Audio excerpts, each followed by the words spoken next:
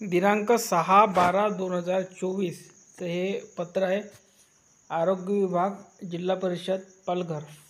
विषय बघू शकता आपण, जिल्हा परिषद पालघर अंतर्गत आरोग्य सेवक 50% करिता हंगामी फवारणी अनुभवधारक न करणाऱ्या उमेदवारांची दिनांक 9/12/2024 रोजीची कागदपत्र पडताळणी आदेश रद्द करण्याबाबत, म्हणजेच इथली जे कागदपत्र पडताळणी होती ती रद्द करण्यात आलेली आहे आरोग्य सेवक 50% या पदासाठी।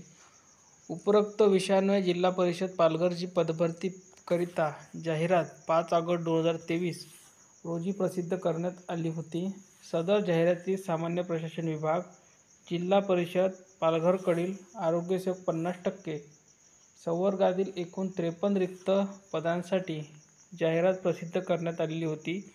त्या अनुषंगाने जिल्हा परिषद पालघर अंतर्गत आरोग्य सेवक 50% या संवर्गाच्या रिक्त पदासाठी 29/8/2024 रोजी IBPS कंपनीकडून घेण्यात आलेल्या ऑनलाईन लेखी परीक्षेद्वारे प्राप्त गुणांच्या आधारे तसेच हंगामी फवारणी कर्मचारी अनुभवधारक उमेदवारांची यादी या कार्यालयास प्राप्त झालेली आहे। तर बघा, इथले जे डॉक्युमेंट आहे ती 9 तारखेला होणार होती, तर ती रद्द करण्यात आलेली आहे।